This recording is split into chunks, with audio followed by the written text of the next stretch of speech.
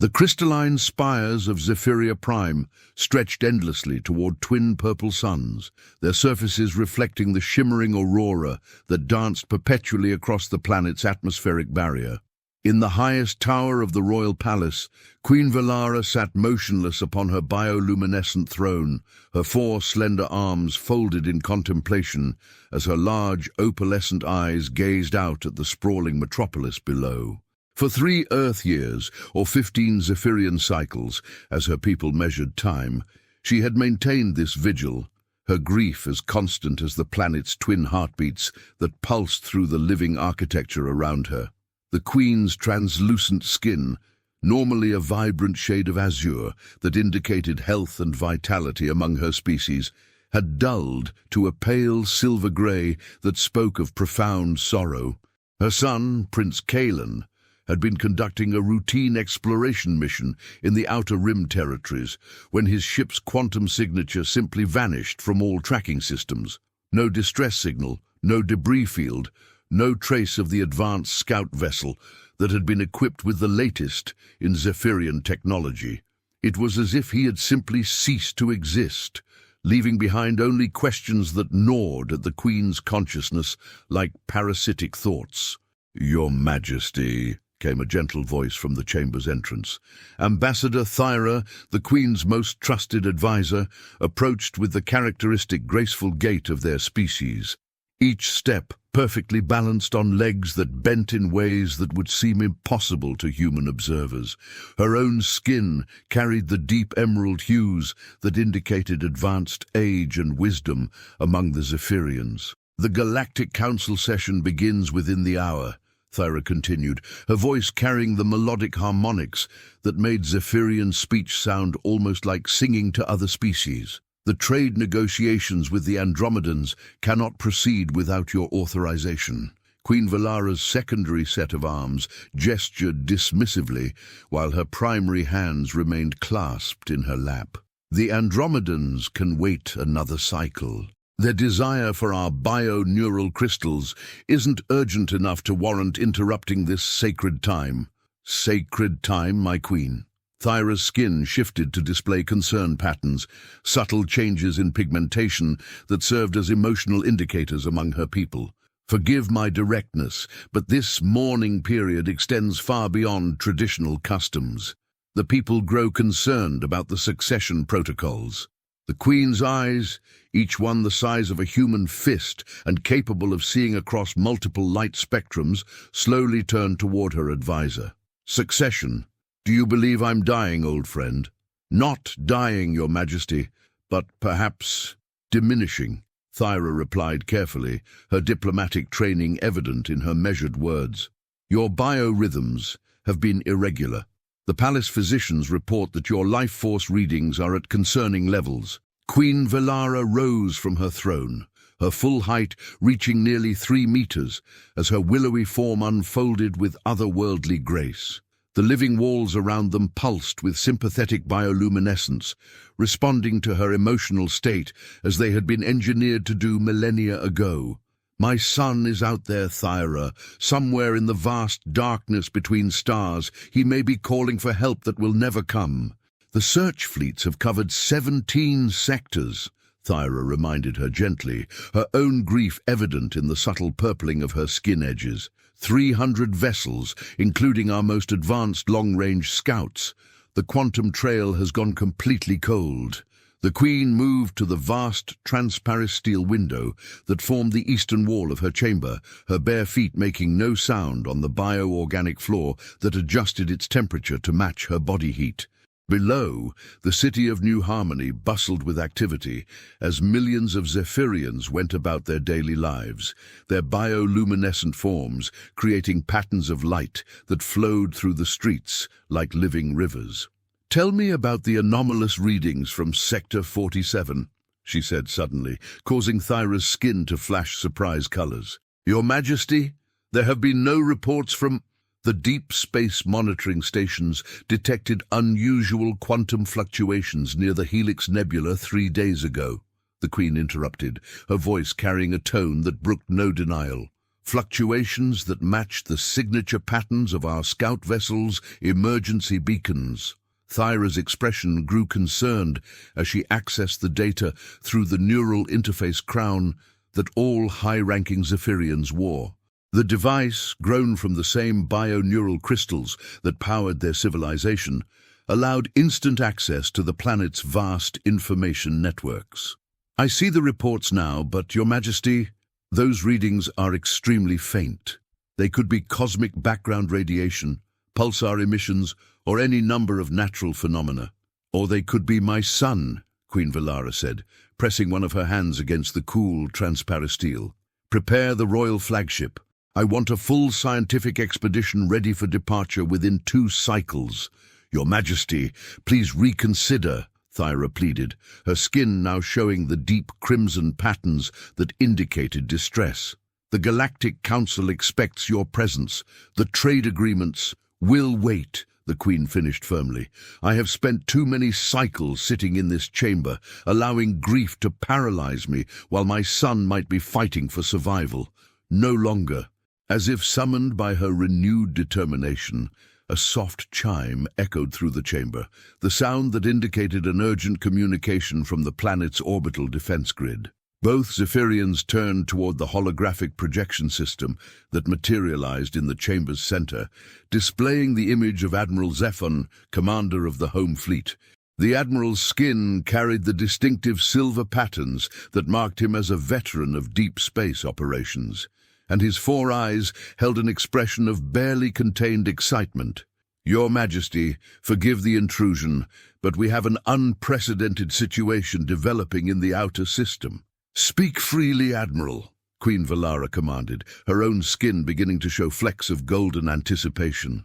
"Long-range sensors have detected an approaching vessel, but its configuration doesn't match any known design in our databases," Zephon reported, his image flickering slightly as the quantum communication dealt with the vast distances involved. "The ship appears to be of human origin, but it's broadcasting a message in Old Zephyrian, a dialect that hasn't been used for over 2 centuries. The Queen's skin immediately shifted to brilliant patterns of shock and hope.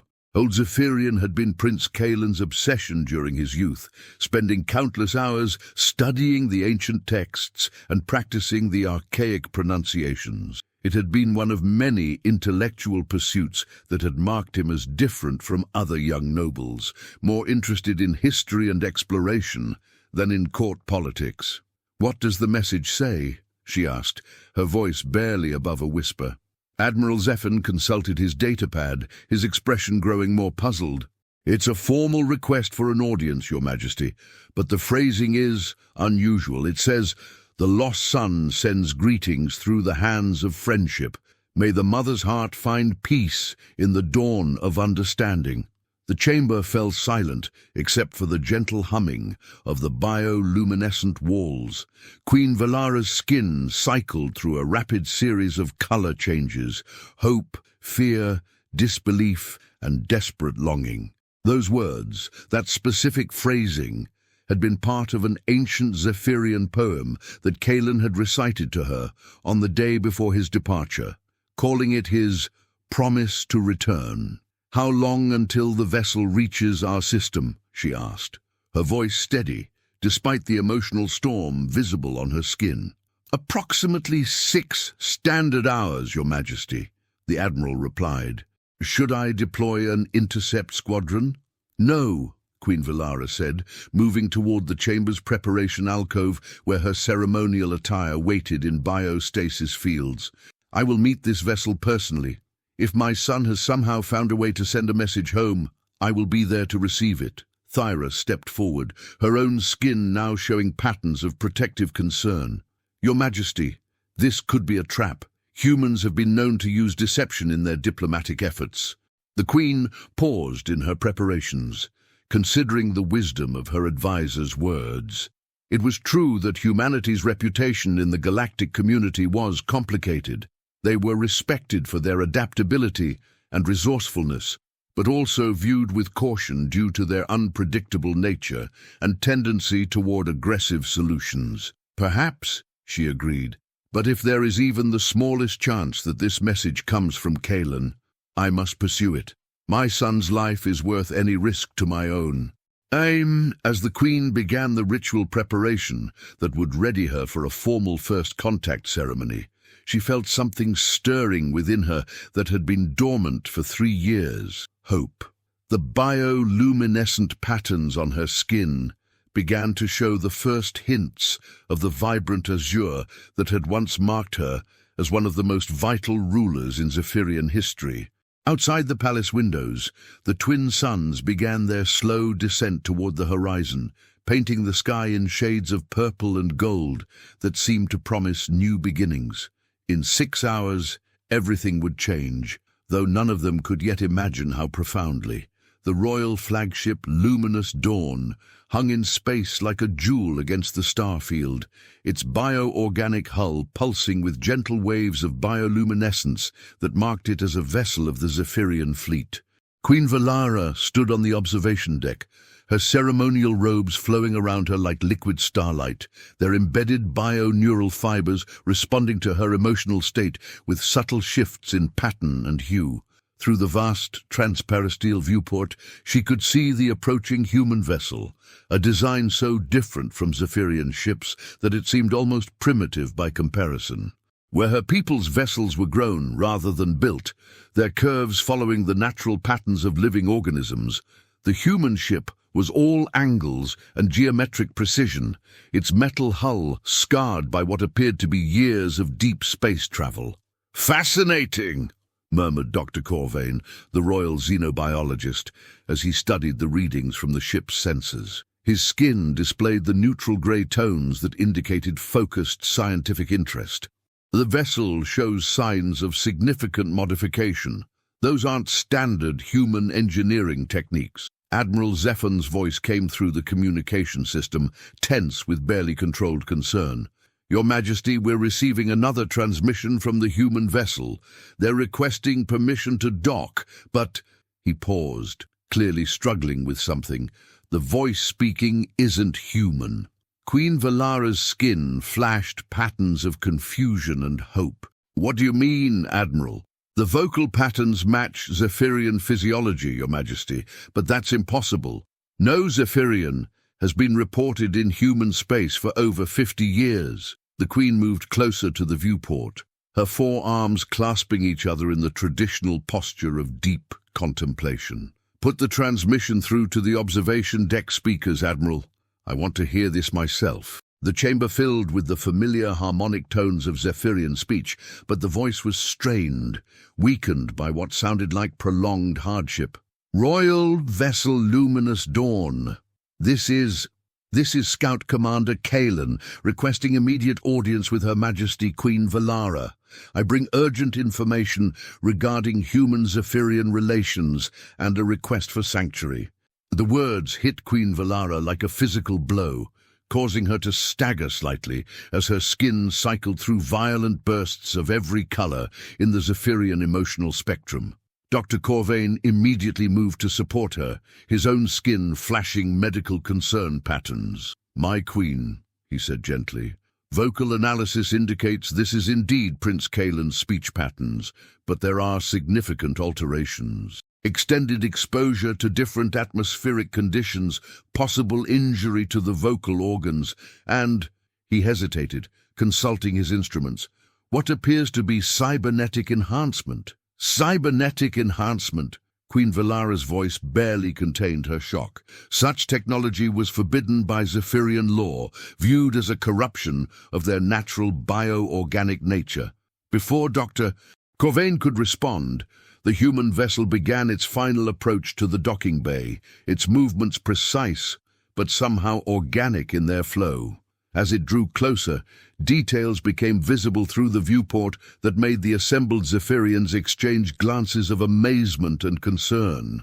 The ship's hull was indeed scarred, but the scars followed patterns that seemed almost artistic, flowing lines that resembled the bio-neural pathways found in Zephyrian technology. More startling still were the sections where the metal had been replaced with what appeared to be living tissue, creating a hybrid of organic and mechanical engineering that neither species had ever achieved. "Your Majesty," Admiral Zephin's voice came through the speakers again. "The human vessel is now in our docking bay. However, our sensors are detecting something extraordinary. The life signs aboard that ship. One is definitely Prince Kalen, but he's not alone." "How many humans?" the Queen asked, her skin now showing the controlled patterns that indicated royal composure despite inner turmoil. "That's just it, Your Majesty. There's only one human aboard, but the biosignatures indicate—" The Admiral paused, clearly double-checking his readings, "indicate some form of biological symbiosis between the two beings.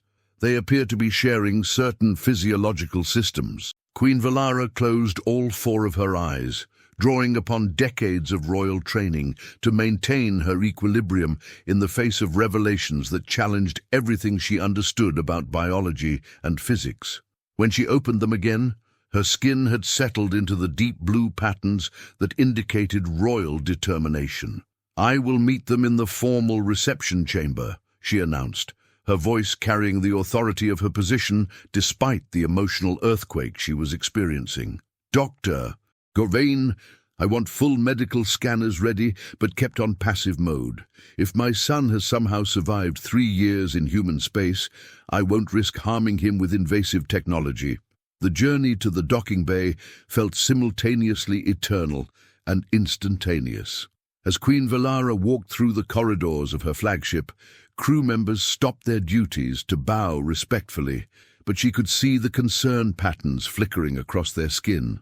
News traveled quickly aboard Zephyrian vessels, and everyone knew that their lost prince might have returned, but changed in ways that no one could yet comprehend.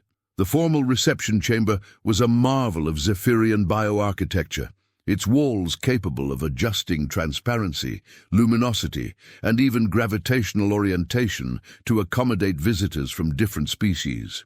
As the Queen entered, the chamber sensed her emotional state and responded by creating a warm, welcoming environment with gentle lighting and harmonious acoustic properties. "Your Majesty," Admiral Zephon appeared in the chamber's entryway, his skin showing the formal patterns required for addressing royalty in official situations. "The visitors are ready to enter. However, I must advise you that the human appears to be unusual." "In what way, Admiral?" "She shows signs of significant biological adaptation," he replied carefully. "Extended exposure to Zephyrian biotechnology appears to have altered her physiology in remarkable ways."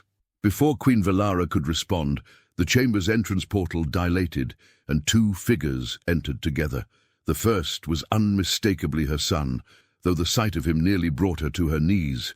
Prince Kalen stood tall and proud, his skin bearing the same azure patterns she remembered, but across his chest and left arm were intricate biomechanical interfaces that pulsed with gentle light. Beside him stood a human female, but one unlike any the Queen had ever seen in the diplomatic archives. Her skin had taken on a faint opalescent quality, and her eyes showed flecks of the same luminescence that characterized Zephyrian vision. Most remarkably, thin bioneural filaments extended from points along her arms and neck, connecting her to similar interfaces on Kalen's modified physiology. "Mother," Kalen said, his voice carrying harmonics that hadn't been there 3 years ago, "allow me to present Dr. Elena Vasquez, formerly of the human research vessel New Horizons, now my bondmate, and the reason I'm alive to stand before you." The human woman stepped forward and performed a perfect Zephyrian formal greeting, her movements showing an impossible understanding of their species' complex social protocols. "Your Majesty," she said in flawless Zephyrian, her voice carrying harmonics that no human throat should have been able to produce. "I bring greetings from the human frontier colonies and a message that will change the relationship between our species forever." Queen Valara looked between her transformed son and the equally transformed human, her mind struggling to process the implications of what she was seeing. The bio-neural connections between them suggested a level of biological integration that was theoretically impossible, yet here they stood as living proof that the boundaries between species were far more malleable than anyone had imagined. "My son," she said, her voice trembling despite her royal composure, "what has happened to you, and why do you share life force with this human?" Kaelin and Elena exchanged a glance that spoke of shared experiences and mutual understanding that went far deeper than words. "Mother, 3 years ago my ship was damaged by a quantum storm and crashed on a planet in human space," he began, his bioluminescent patterns showing the deep gold of truthful revelation. "Elena's research team found me dying from biosystem failure. The only way to save my life was to create a symbiotic link between our physiologies. But such a procedure would be impossible," Dr. Corvain interjected, his scientific training overriding diplomatic protocol. "The biological incompatibilities alone should have been fatal to both parties." Elena smiled, the expression somehow both human and Zephyrian in its nuances. "That's what our medical computers told us too, Doctor. But we discovered something remarkable about the interaction between human adaptability and Zephyrian biotechnology. When combined under the right circumstances, they don't just coexist, they evolve together." As she spoke, the bio-neural connections between her and Kaelin pulsed with gentle light, and Queen Valara realized she was witnessing something unprecedented in galactic history. This wasn't just a medical miracle. It was the birth of something entirely new, a bridge between species that could reshape the future of interstellar civilization. "We've come home, Mother," Kaelin said, his voice carrying overtones of hope and determination. "But we've also come with an urgent warning. There are forces in the galaxy that would use this discovery for conquest rather than cooperation. We need to act quickly to ensure that what Elena and I represent becomes a symbol of unity, not a weapon of war." Queen Valara stepped forward, her royal bearing reasserting itself as she began to comprehend the magnitude of what her son had discovered. "Then we shall ensure that this gift becomes what it was meant to be," she said, her skin now displaying the brilliant patterns of royal determination. "Tell me everything, my son. Leave nothing out. The future of both our species may depend on the choices we make in the coming hours." As the three beings began to share the incredible story of survival, transformation, and discovery, the bioluminescent walls of the chamber pulsed with patterns that seemed to celebrate the reunion while acknowledging the challenges that lay ahead. Outside the ship, the twin suns of Zephyria Prime continued their eternal dance, but now they illuminated a future that held possibilities none of them had dared to imagine. 6 months after the miraculous reunion, the Zephyrian capital of New Harmony had become the center of unprecedented scientific and diplomatic activity. The royal palace had been expanded with new bio-architectural wings designed to accommodate the growing number of human Zephyrian research teams who came to study what was now known as the symbiotic protocol. Queen Valara stood once again at her chamber window, but now her skin glowed with the vibrant azure of contentment and purpose. Below in the palace gardens, she could see her son and Elena working alongside teams of researchers from both species, their bio-neural connection serving as a living laboratory for understanding the future of interspecies cooperation. The Galactic Council had initially reacted with suspicion and fear to the news of successful human Zephyrian biological integration, but those concerns had gradually given way to wonder as the peaceful applications became clear. The symbiotic process couldn't be forced or weaponized.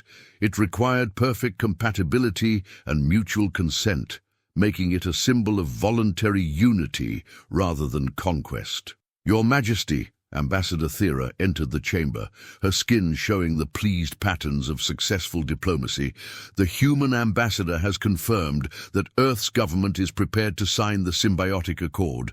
The research colonies will be established within the year." Queen Valara nodded, her attention still focused on the scene below, where her son was demonstrating to a group of young scientists how bio-neural connections could translate not just languages, but entire emotional and conceptual frameworks between species. And the other worlds?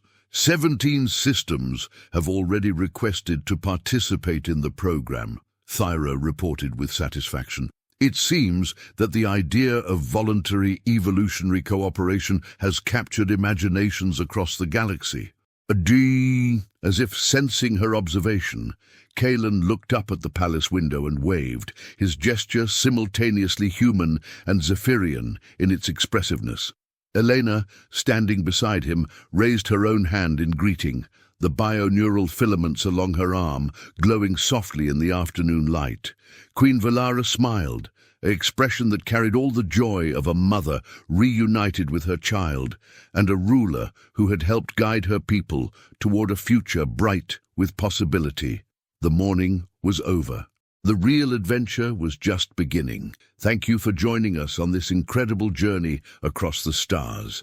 If this story of hope, transformation, and the power of connection between different species moved you, please share it with friends who love science fiction. Don't forget to hit that notification bell so you never miss our latest adventures, and tell us in the comments what kind of futuristic story you'd like to see next. Until next time, keep looking up at the stars and imagining the possibilities that await us out there.